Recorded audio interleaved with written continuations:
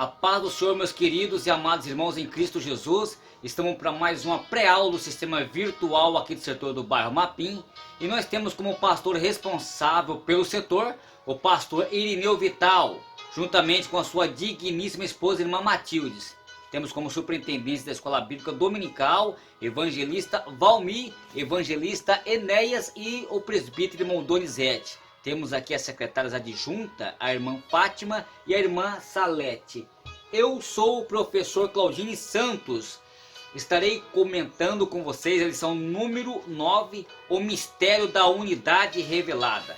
Nós temos aqui como texto algo que nos diz assim: o qual noutros séculos não foi manifestado aos filhos dos homens, como agora tem sido revelado pelo Espírito aos seus santos apóstolos e profetas, como está em Efésios, no capítulo 3, do verso número 5. Muito bem. Então a leitura bíblica em classe está no livro de Efésios, capítulo 3, do versículo 1 ao verso de número 13. Estarei aqui comentando aqui o tópico número 1 aqui, o mistério oculto no Antigo Testamento, tá ok? Muito bem. Estarei aqui também comentando o tópico número 2, o mistério revelado no Novo Testamento. E o tópico de número 3, já indo para a conclusão, o mistério pré-estabelecido por Deus. Então, estarei citando aqui várias referências bíblicas que não consta aqui na lição, mas com certeza estará ajudando vocês nos subsídios teológicos, tá ok? Para esclarecimento melhor. Também estarei comentando aqui versículo por versículo a respeito deste assunto tão importante, incluindo dentro desses tópicos aqui proposto pelo nosso comentarista. Muito bem. Quando a gente olha para todo esse aspecto, nós vamos ver aqui um vislumbre da poderosa palavra de Deus. Quando os 2 primeiros capítulos de Efésios, a Bíblia lá revela a profundidade do pecado e a sua libertação mediante a obra expiatória de Cristo. Destacando então assim a sua obra maravilhosa da formação de um novo povo, derrubando então as diferenças entre judeus e também gentios.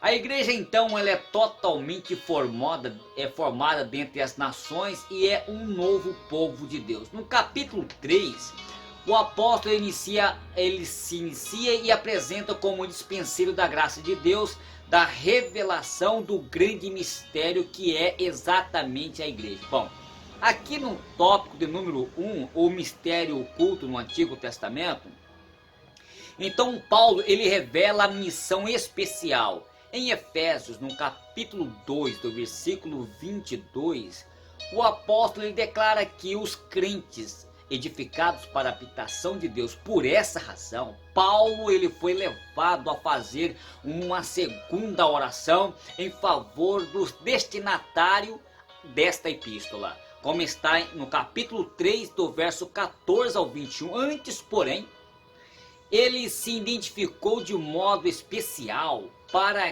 que o crédito de sua mensagem não causassem dúvida entre os efésios. Paulo então, ele começa o capítulo dizendo por esta causa, para referir então tudo quanto havia escrito anteriormente. Muito bem. Então, aqui eu vejo o verso de número 1, eu vejo aqui Paulo, prisioneiro de Cristo. Na verdade, ao dizer prisioneiro, Paulo ele estava se referindo aos dois lados dessa situação. Primeiro, ele estava de fato encarcerado numa prisão em Roma. E segundo, essa prisão literal, ela dava oportunidade de servir a Cristo como o seu prisioneiro especial. A expressão prisioneiro de Cristo tinha um significado ou um sentido de não fazer outra coisa a não ser pregar a Cristo Senhor e Salvador. Além disso, irmãos, o fato de estar preso permitia então a Deus comunicar-se ao seu servo as poderosas verdades destinada a ser a força e a expiação da igreja. Então, ele não lamenta ali na prisão, mas inverte a situação e torna o seu cativeiro uma oportunidade para melhor servir ao Senhor, ou seja, ele transformou aquele ambiente de angústia em um ambiente de alegria e de felicidade na presença de Deus. É transformar o deserto em um oásis, é transformar o caos em uma prosperidade, de uma alegria intensa, tanto seja na emocional, espiritual, seja qual for ela. Muito bem. No verso de número 2 e verso de número 3, Paulo, mordomo da graça de Deus. O apóstolo, ele assume o seu papel mais importante da missão que recebeu de Cristo e que é ser mordomo da graça de Deus. É a tradução do termo original oikonomia, que significa dispensação, né? É dispensação que vem de administrações dos bens dos outrem, a administração de uma casa, mordomia no sentido bíblico. Paulo, ele revela que o seu ministério recebido da parte de Cristo era de revelação, dispensar e mostrar o propósito da graça de Deus a todos os homens. Ele faz a questão de afirmar que se tornou ministro do evangelho aos gentios, por isso ele era chamado apóstolo dos gentios, como está em 2 Timóteo, no capítulo 1 do verso 11, como está em 2 Coríntios, no capítulo 10 do verso 1, como está em Gálatas, no capítulo 5 e do versículo 3 e 2 e verso 3, como em Colossenses, no capítulo 1 e do verso 23. Então, como eu já falei para vocês, estarei citando várias referências bíblicas, mas que não estarei lendo, porquanto estarei esticando aqui, se eu estivesse lendo essas referências bíblicas, e estender essa videoaula tão resumida, mas aqui é bem resumido. Vocês poderão pesquisar, analisar, pausar esse vídeo aqui tantas vezes necessário que quiser e assistir quantas vezes quiser. Muito bem, continuando aqui no verso 3 e o verso 5, estou comentando aqui versículo por versículo a essa carta tão maravilhosa. Paulo, possuidor da revelação do mistério da graça de Deus. Não era nenhuma presunção do apóstolo frisar que o evangelho aos gentios lhe havia revelado especialmente para que fossem participe dos privilégios do reino de Deus, tanto quanto judeus. A designação, seu ministério aos gentios foi revelada por profecias em um discípulo chamado quem? Ananias, quando ele disse: vai, porque este é para mim um vaso escolhido para levar o meu nome diante dos gentios e diante dos reis e diante dos filhos de Israel. Que promessa maravilhosa, né? E olhamos aqui em Atos, no capítulo 9, do versículo 15 e também do verso 9, a palavra demonstrar e o mistério está intimamente ligado. Paulo, ele foi revelador sobre a direção do Espírito Santo do mistério de Cristo, como está em 1 Timóteo, no capítulo 3 do verso 16, como está em 1 Coríntios, no capítulo 12 do versículo 27, como está em Colossenses, no capítulo 1 e do verso 27, como está em Efésios, no capítulo 5 e verso 32. Que coisa maravilhosa, né? Então, aqui nós vemos aqui todo esse aspecto importante que nós considerar o quanto a palavra de Deus, ela nos traz um vislumbre daquilo que é real. Bom, caminhando aqui, dentro do tópico número 1, o verso 3 e o verso 5, Paulo, ele possuidor da revelação do mistério da graça de Deus, né? Não era nenhuma presunção, queridos irmãos, que o apóstolo frisar que o evangelho aos gentios lhe havia sido revelado especialmente para que fossem participe dos privilégios do reino de Deus, né? E esse privilégio é nós que recebemos. Muito bem. Mas vamos lá, vamos continuar aqui, prosseguir aqui. Paulo, revelador das bênçãos universais de Deus. No verso 5 e o verso 6, a razão pela qual Paulo enfatizou o direito e as bênçãos de Deus em Cristo é porque muitos judeus cristãos tentavam diminuir esses direitos dos gentios. Paulo, ele não aceita as razões em base desses judeus e declara que todos, independente de serem judeus ou gentios, têm os mesmos direitos e privilégios ante a graça de Deus. O apóstolo ele testifica de modo enfático que os gentios são co-herdeiro e co-participante do mesmo corpo de Cristo Jesus. Ao ingressar no reino de Deus mediante a obra de Cristo no Calvário, os gentios eles participam igualmente todas as bênçãos. Eles não são cidadãos de segunda categoria ou terceira categoria, eles são participantes da mesma promessa de Cristo que afirmam em um só corpo espiritual, como os judeus resultando em quem? Na igreja de Cristo, como está em 1 Coríntios capítulo 12, verso 13, como está em Efésios no capítulo 2, do versículo 13. Os gentios em Cristo foram feitos um povo de Deus, geração eleita, uma nação santa, um povo adquirido juntamente com os judeus. Muito bem. Aqui encaminhando aqui para o tópico número 2, o mistério revelado no Novo Testamento, ok? Muito bem. Então estou aqui comentando versículo por versículo, então acompanhe comigo por gentileza, que vai ser muito bom. Olhando aqui Paulo, ele como ministro da revelação divina, nós vemos aqui a revelação do mistério revelado. Muito bem. No primeiro ponto desta lição, estudamos que Paulo ele declarou a sua missão especial como agente da revelação do mistério da graça de Deus. Agora, ele se identifica não apenas como receptor dessa revelação, mas como ministro do Evangelho.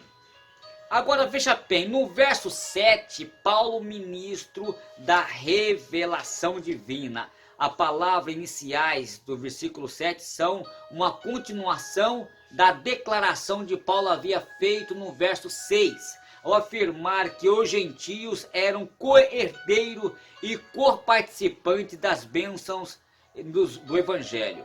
Ele então diz, do qual fui feito ministro. Desse modo, Paulo então ele considerava o seu ministério como um grande privilégio, porque fora feito ministro não por causa do mérito ou dignidade, mas segundo a operação do seu poder. Paulo, ele desde o início do seu ministério sofreu da parte dos judeus e também dos gentios, mas superou as dificuldades e manteve-se então como aquele que recebeu de Deus uma missão de ministrar a graça de Deus aos gentios e também aos judeus. São muitos pastores, são muitas pessoas que recuam por não aguentar a pressão do povo, mas Paulo manteve-se fiel. Muito bem.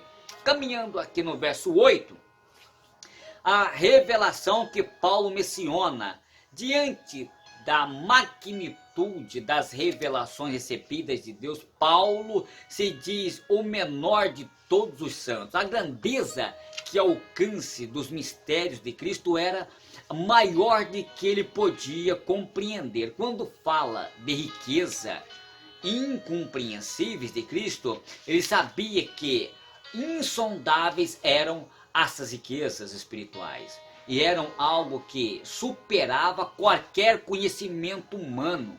Tudo que se refere-se à glória de Cristo, sua divindade, a sua glória moral e a sua glória meritória na cruz do Calvário, tem um valor incalculável. O privilégio de Paulo era pregar aos gentios e a Cristo como Salvador e declará-los incluídos como participantes das mesmas promessas de Cristo, como está em Atos no capítulo 9 do versículo 15, como está em Romanos no capítulo 11 do versículo 13, como está em Gálatas no capítulo 2 do versículo 7 e do verso de número 9. Já caminhando aqui para o tópico número 3, o mistério pré-estabelecido por Deus, caminhando e fazendo também a conclusão aqui, o fechamento dessa lição. Muito bem.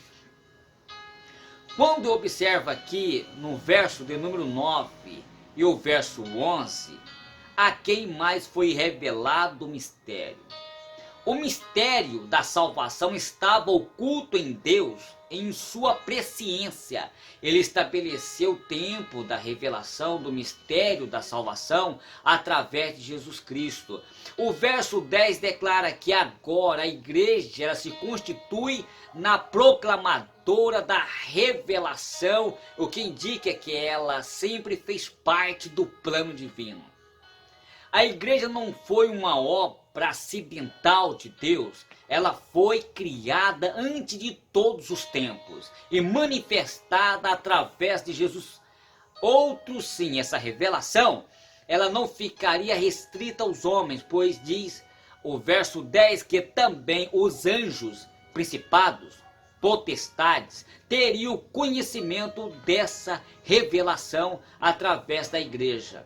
O verso 11 afirma que o mistério foi revelado segundo o eterno propósito que faz em Cristo Jesus. E esse eterno propósito divino, antes de todos os tempos, já tinha Jesus Cristo como a razão de tudo quanto foi criado por Deus, teve a sua elaboração na onde? Lá na eternidade.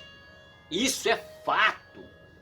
Caminhando aqui, já entrando aqui no verso de número 12, 3 palavras especiais: ousadia, acesso e confiança.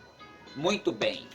No verso 12, essas 3 palavras tornam possíveis as nossas comunhão mais profunda com Deus. Não há como entrar na presença de Deus se não tiver com a santa ousadia e acesso. Diz respeito à nossa entrada na presença de Deus, como está em Efésios capítulo 2 do verso 18, como está em Romanos no capítulo 5 do versículo de número 2.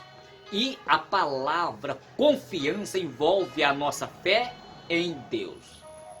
Conclui aqui dizendo que valorizemos mais o privilégio de sermos a igreja do Senhor. Que nós podemos desfrutar das riquezas divinas ao nosso alcance. Não somente isso, que nós podemos proclamar ao mundo a salvação que nos alcançou e que pode alcançar os demais também, outros povos também.